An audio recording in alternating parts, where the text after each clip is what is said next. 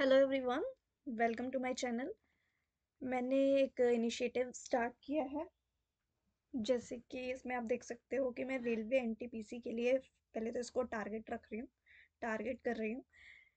ठीक है, ज्योग्राफी का लेक्चर से हम स्टार्ट करेंगे, धीरे धीरे पॉलिटी, देन उसके बाद हिस्ट्री पढ़ेंगे। ठीक है, मैंने भी एनटीपीसी का फॉर्म डाला हुआ है। वैसे मैंने जो भी अब मैं वीडियो बनाने वाली हूँ, कोई भी मेरा कंटेंट होएगा, वो सिर्फ पीवाईक्यू बेस्ड रहेगा। ठीक है, पीवाईक्यू बेस्ड रहने वाला है। तो अब देख लेते हैं, ये मेरा लेक्चर 1 है जो हम पढ़ने वाले हैं सोलर सिस्टम के ऊपर। ठीक है, जितने भी पीवाईक्यूज आए हैं, जितना भी थ्योरी इसके लिए इम्पोर्टेंट है, मतलब बेसिकली क्या है, अगर कोई भी बिगनर है या फिर प्रैक्टिस करना चाहता है तो मेरे नोट्स जो होंगे वो वन लाइनर की फॉर्म में भी होंगे। आप साथ साथ नोट्स भी बना सकते हो, कोई टर्म समझ में नहीं आ रही मैं एक्सप्लेन करूंगी तो आप उसके साथ साथ लिख सकते हो। ठीक है, कोई भी वनडे एग्जाम के लिए ज्योग्राफी ज्योग्राफी रहती है, उसमें कुछ चेंज नहीं होता। सन हमारा सन रहेगा, उसके पास वाले प्लैनेट्स उसके पास वाले प्लैनेट्स रहेंगे। ठीक है, एस्टेरॉइड बेल्ट उसमें भी होगी, इसमें भी होगी, तो ज्योग्राफी जो है वो सेम रहती है। बस ऊपर नीचे होता है कितना डीप जाना है कितना नहीं जाना। तो मेरे लिए स्पेसिफिकली ये railway NTPC and group D के लिए ये टारगेट है। But D triple S B C G L L C H S L का बेसिक मैं बोल सकती हूँ, बट हाँ, उसके अंदर भी इसके अंदर भी कुछ रेलवे भी अच्छे अच्छे क्वेश्चन पूछ लेती है। ठीक है, तो ऐसा नहीं है कि उनके लिए इम्पोर्टेंट नहीं है। कोई स्टार्ट कर रहा है तो थोड़ा ट्रस्ट करके स्टार्ट कर सकते हो। पहले तो मैं अपना इंट्रोडक्शन दे देती हूँ। मेरा नाम वर्षा है और मैं भी एक एस्पिरेंट ही हूँ अभी तो फिलहाल। बाकी आप पढ़ना चाहते हैं साथ साथ तो उसके लिए मैंने ये स्टार्ट किया है। चलो देख लेते हैं। मैं पीवाईक्यू बेस को ही टारगेट कर रही हूँ, क्योंकि किसी भी एग्ज़ाम को क्लियर करने के लिए ना पीवाईक्यू से अच्छा कुछ होता नहीं है। ठीक है, कोई भी टर्म्स है कुछ भी है समझ नहीं आता तो आप यहाँ से समझ सकते हो। देख लेते हैं एक बार आगे बात करने से पहले। जैसे मेरी स्लाइड्स कुछ ऐसी रहेंगी। ठीक है, इस तरह से रहेगी। फर्स्ट पे आ जाते हैं। यहाँ पे मैंने लिखा है only PYQ based content with images, जिसको जॉब लेनी हो सीधे पढ़ो, दैट्स इट। सच में सीधे पढ़ो और उसके बाद देख लेना फिर। ठीक है, उसमें मिलेंगे या नहीं मिलेंगे। चलो स्टार्ट करते हैं। Who is known as the father of the geography. ठीक है, सबसे पहला क्वेश्चन ये इंपॉर्टेंट क्वेश्चन है। ठीक है, कौन है? हमारे इरेटोस्थेनिस। ठीक है, इरेटोस्थेनिस हमारे फादर ऑफ ज्योग्राफी कहलाते हैं। ठीक है, ये तो सिंपल क्वेश्चन है, सब में पूछा जा सकता है, किसी में भी पूछा जा सकता है, तो प्री के लेवल के हिसाब से ये है। नेक्स्ट आ जाते हैं कि स्टडी ऑफ यूनिवर्स किसको बोलते हैं? स्टडी ऑफ यूनिवर्स को बोला जाता है कॉस्मोलॉजी। ठीक है, क्या बोला जाता है? कॉस्मोलॉजी। नेक्स्ट आते हैं who gave the theory of rotating nebula in 1755। ठीक है, अब ये नेबुला क्या है जिसको नहीं पता? नेबुला बेसिकली होता है ना एक गैस का गुब्बारा। ठीक है, उस तरह से हम समझ सकते हैं कि एक गैस का गुब्बारा होता था। ठीक है, वो इतना रोटेट किया, मतलब कि हम इमेजिन भी नहीं कर सकते, इतना रोटेट किया। ठीक है, उससे ही हमारा उसके अंदर फ्यूजन हुआ, उसके अंदर धीरे धीरे आप देख रहे हो एक पार्टिकल है। ठीक है, ये इतना घूमा, इतना हॉट पार्टिकल होता है वो, घूमा घूमा घूमा, इससे बहुत सारे मिलियंस ऑफ ब्रह्मांड जो है, मिलियंस ऑफ गैलेक्सीज बनी, मिलियंस ऑफ यूनिवर्स बना। ठीक है, बिलियंस ऑफ गैलेक्सीज इसके अंदर से बेसिकली निकली, फिर उसके अंदर से हमारे प्लैनेट्स निकले, फिर उसके अंदर से हमारी जो भी है पूरी, उसमें से एक हमारी अर्थ भी है। ठीक है, नेक्स्ट पढ़ते हैं हम उसको, सॉरी यहाँ पर है हम थ्योरी ऑफ रोटेटिंग नेबुला, जो कि 1755 में किसने दी थी? इमैनुअल कांत ने दी थी। ठीक है, इनका नेम भूलना नहीं है, इमैनुअल कांत ने दी थी। अब इसी थ्योरी को इम्प्रोवाइज किया है किसने? लेप्लेस ने, इन 1796 में। कुछ नहीं करते थे ये लोग, क्या करते थे, एक थ्योरी के बाद ना, जैसे इमैनुअल कांत ने कुछ बोल दिया, क्या बोल दिया, अब यूनिवर्स के बारे में बोल दिया कि एक नेबुला था, मेरी तरफ से मुझे लगता है कि इसके अंदर एक गैस हुआ करती होगी, मतलब उन्होंने पूरा सर्च और रिसर्च वगैरह करने के बाद ही ये सब है कि एक गैस का गुब्बारा होता था। ठीक है, वो इतना रोटेट किया, एक बहुत हॉट होता था और इतना रोटेट किया, इतना रोटेट किया, फिर क्या आते हैं दूसरे कोई अपने ये आए लैपलेस जी आए, ठीक है, लैपलेस जी आए। अब इन्होंने अपनी थ्योरी में कुछ ऐड करते जाते थे, ठीक है। अब नेक्स्ट आ जाते हैं big bang theory, very very important, कि बेसिकली ये कहाँ दी थी बिग बैंग थ्योरी, 1931 में, ठीक है, 1931 में जॉर्ज लेमेटर ने, किसने दी थी, जॉर्ज लेमेटर ने। अब इनकी थ्योरी को समझ लेते हैं। अब इन्होंने क्या बोला कि पार्टिकल था, ये रहा, ठीक है, एक ये जो ब्लैक डॉट दिख रहा है ना, एक पार्टिकल था। इन्होंने भी यही बोला बिग बैंग थ्योरी में, काफी हॉट पार्टिकल था वो। उसमें क्या हुआ, फ्यूजन होता है, फ्यूजन होता है, फ्यूजन से क्या होती है, एक हॉट, हॉट की वजह से फ्यूजन होता है। फ्यूजन का मतलब क्या होता है, जुड़ना। बेसिकली क्या होता है फ्यूजन का मतलब, जुड़ना। एक होता है फिजन, फिजन, ठीक है, एक होता है फ्यूजन, फ्यूजन के अंदर जुड़ता है और फिजन के अंदर स्प्लिट होता है, अलग अलग होता है। कोई भी दो चीजें, कोई भी डिफरेंट ऑब्जेक्ट्स जब जुड़ते हैं तो उसको फ्यूजन बोला जाता है, उससे एक्सप्लोजन होने वाली चीज को फ्यूजन बोला जाता है। तो बिग बैंग थ्योरी के अंदर यही था कि एक पार्टिकल था, वो इतना घुमा, इतना घुमा, इतना घुमा, जो भी उसके अंदर चीजें थी वो डिफरेंट ऑब्जेक्ट्स जो है वो आपस में टकराए, एंड देन उसके बाद उसके अंदर एक एक्सप्लोजन हुआ। एक्सप्लोजन हुआ, इतना घूमा है जो हम इमेजिन भी नहीं कर सकते, एक्सप्लोजन हुआ, उससे अपना एक यूनिवर्स क्रिएट हुआ जिसके अंदर millions of, billions of galaxies है, ठीक है। उसके अंदर हमारे स्टार्स है, प्लैनेट्स है, गैलेक्सीज है, जैसे कि मिल्की वे गैलेक्सी है, जो कि हमारी गैलेक्सी कहलाई जाती है, ठीक है। नेक्स्ट आ जाते हैं, who explain the universe expansion with particles, ठीक है। अब एक और नए साहब आ जाते हैं, जो है हमारे एडविन हबल। एडविन हबल जी कहते हैं कि यूनिवर्स जो है वो एक्सपेंड कर रहा है, ठीक है, यूनिवर्स जो है वो बढ़ता जा रहा है, एक्सपेंड कर रहा है, ठीक है, एक्सपेंड कर रहा है, खूब सारा एक्सपेंड कर रहा है, ठीक है। एक पार्टिकल था, उससे बहुत सारा एक्सपेंड कर रहा है, लेकिन जो डेंसिटी होती है ना, यूनिवर्स की डेंसिटी ना, वो सेम है, सेम है, ठीक है, सेम। कौन कहता है कि स्टेडी स्टेट थ्योरी। नेक्स्ट आ जाते हैं, who propose the steady state theory in 1948। 1948 से आपको एक और चीज याद आनी चाहिए, वास्को डिगामा। चलो यहाँ आ जाते हैं वापस ज्योग्राफी में। क्या बोलता है ये स्टेडी स्टेट थ्योरी, किसने दी थी ये, फ्रेड होयल ने। होयल्स स्टेडी स्टेट थ्योरी भी इसको बोला जाता है, ठीक है, फ्रेड होयल ने। ये क्या कहते हैं कि जो यूनिवर्स एक्सपेंड तो कर रहा है, ये तो हबल साहब ने कह दिया कि यूनिवर्स जो है वो एक्सपेंड कर रहा है अपने आप में, लेकिन इसकी जो डेंसिटी है वो सेम है, वो नहीं बढ़ रही है, ठीक है। ये किसने कहा, होयल ने, तो इसलिए इसको बोला जाता है स्टेडी है, स्टेडी स्टेट थ्योरी। नेक्स्ट आ जाते हैं, how old is the milky way Galaxy. अब गैलेक्सी क्या होती है, गैलेक्सी के अंदर आ जाते हैं हमारे billions of stars, cloud of dust, ठीक है, जितने भी क्लाउड्स होते हैं, स्टार्स होते हैं, ठीक है, ये सब आ जाते हैं, गैसेस जितनी भी होती है, जो भी हमारे एटमॉस्फेयर से बाहर है ना, अर्थ के एटमॉस्फेयर से बाहर, बहुत सारी मिलियंस ऑफ गैलेक्सीज हैं, ठीक है। तो उस जिसमें से एक गैलेक्सी का नाम है मिल्की वे गैलेक्सी, और जो कि है वो है हमारी गैलेक्सी, जिसके अंदर ये हमारे 8 प्लैनेट्स आते हैं। ये कितनी पुरानी है, ये 13.6 बिलियन ईयर्स अगो है, यानी 13.6 बिलियन ईयर्स पुरानी है, ठीक है। What is the main reaction in stars to produce light. अब स्टार्स जो है ये हमें चमकते हुए नजर आते हैं, बच्चे पूछते हैं ना ये स्टार्स इतने चमकते क्यों हैं, क्योंकि इसके अंदर जो भी कोई भी चीज चमक रही है स्पेस में, ठीक है, उसके अंदर होता है न्यूक्लियर फ्यूजन।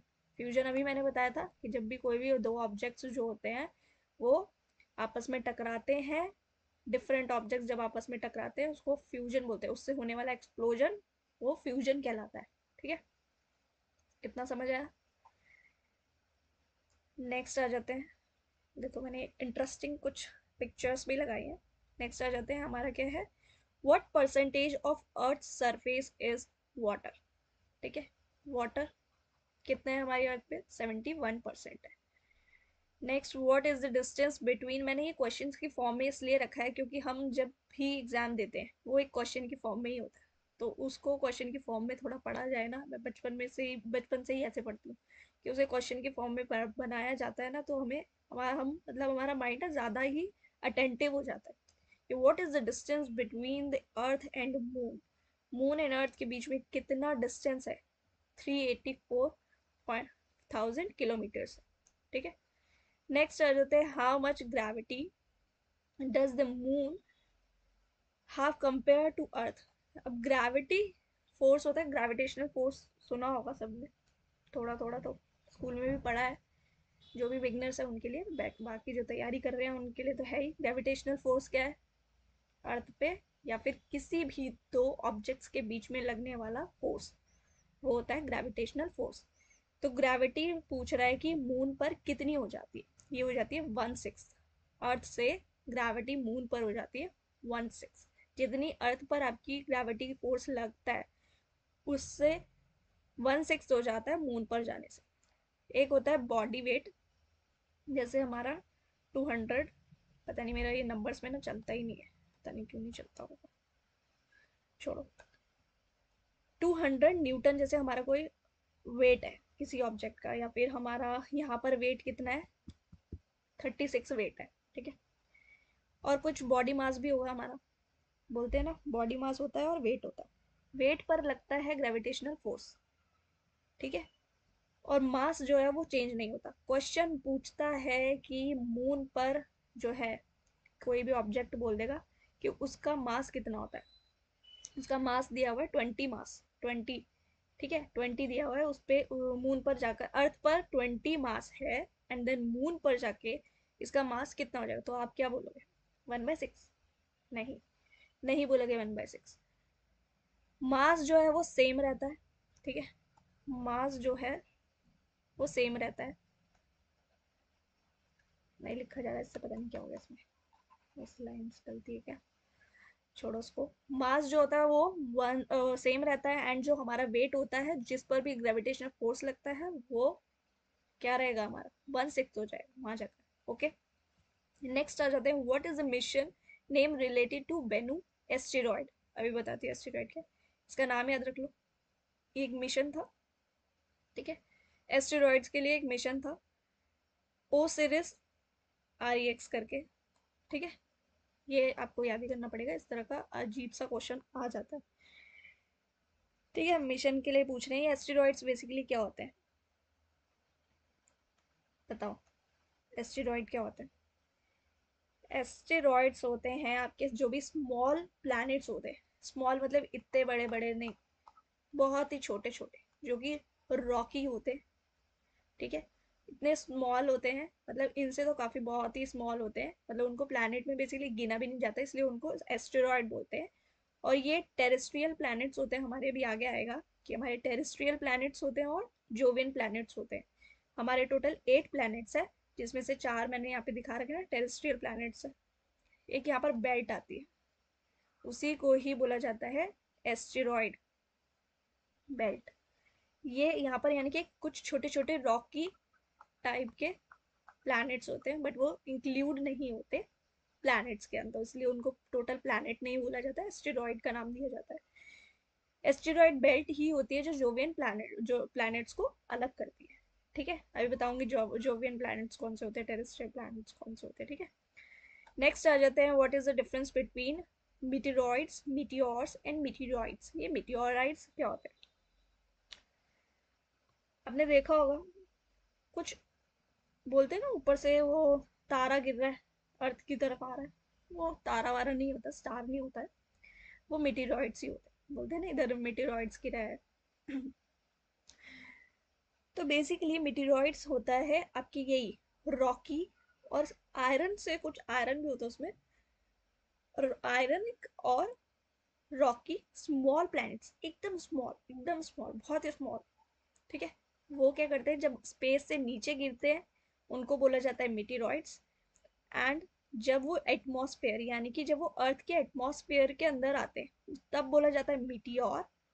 एंड जब वो अर्थ के सरफेस पर गिरते हैं उसको बोला जाता है मीटियोराइट्स, ठीक है, मीटियोराइट्स बोला जाता है। नेक्स्ट आ जाओ, what is the outer part of the sun. Sun की आउटर लेयर को बोला जाता है कोरोना, ये उसका नाम है, ठीक है। सन की आउटर पार्ट को बोला जाता है कोरोना।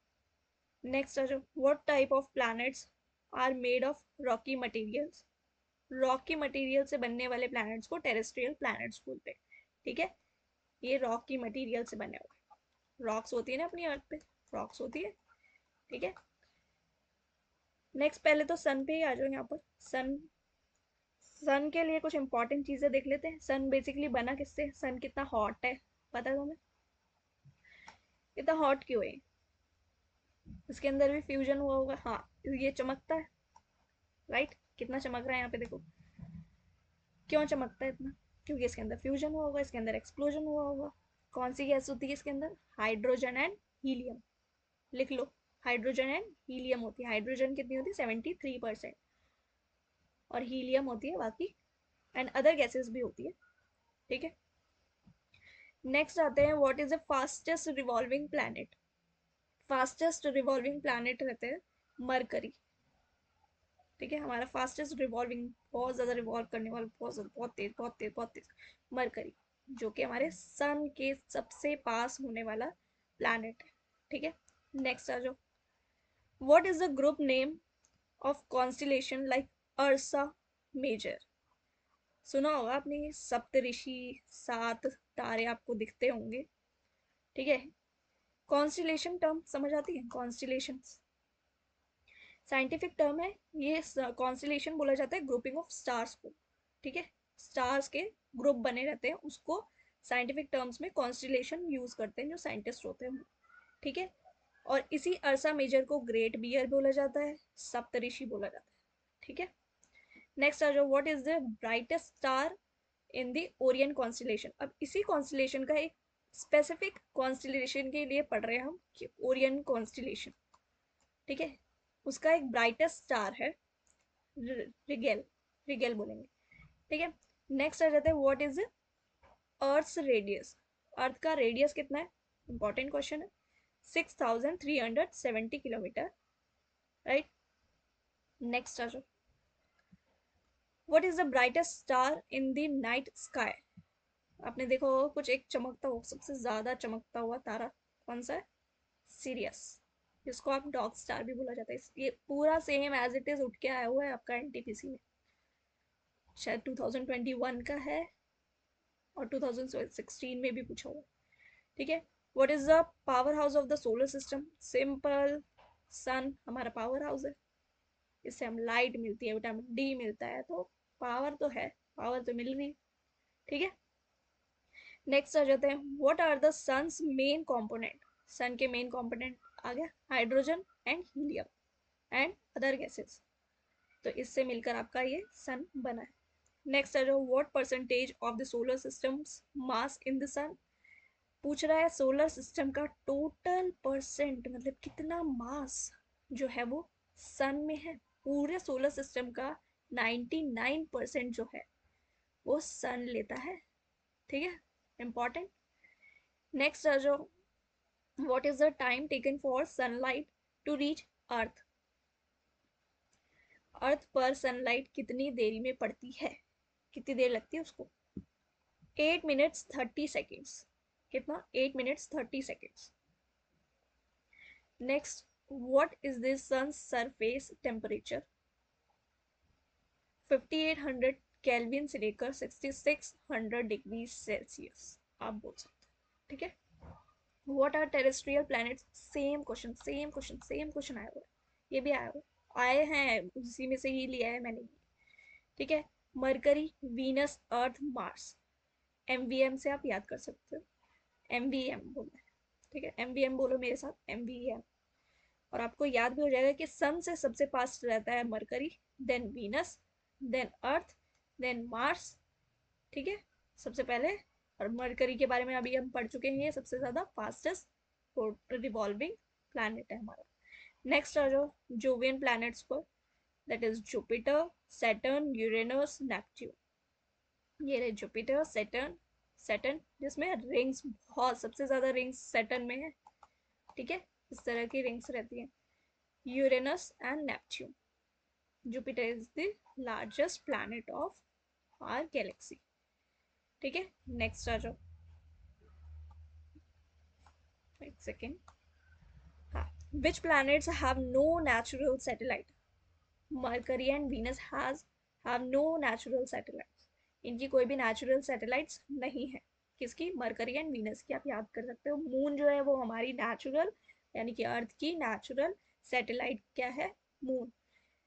मून क्या है? मून चमकता कैसे है? यानी कि इतना ल्यूमिनस, ल्यूमिनस है, बहुत ही गंदी, मतलब क्या है, मतलब अभी मैंने एकदम नया लिया है ये, ठीक है इसलिए मैं लिख नहीं रही हूँ ज्यादा। ल्यूमिनस मतलब कि होता है लाइट, लाइटिंग, ठीक है। और नॉन ल्यूमिनस जिसकी लाइट ना हो कोई, ठीक है। तो मून की कोई लाइट नहीं है, वो नॉन ल्यूमिनस है। एंड सन एक ल्यूमिनस है, स्टार है। और सन क्या है? एक स्टार है। और मून क्या है? एक प्लैनेट है, ठीक है। नेक्स्ट आ जाओ। Which is the hottest planet in the solar system? Hottest planet किसको बोला गया है? वीनस को। और 477 डिग्री सेल्सियस। इतना इंपॉर्टेंट नहीं है, खाली नाम आप देख सकते हो, एनटीपीसी वाले, ठीक है। नेक्स्ट आ जाओ। Which planet is earth twin? But ध्यान में रख सकते हो, ऐसा कुछ नहीं है।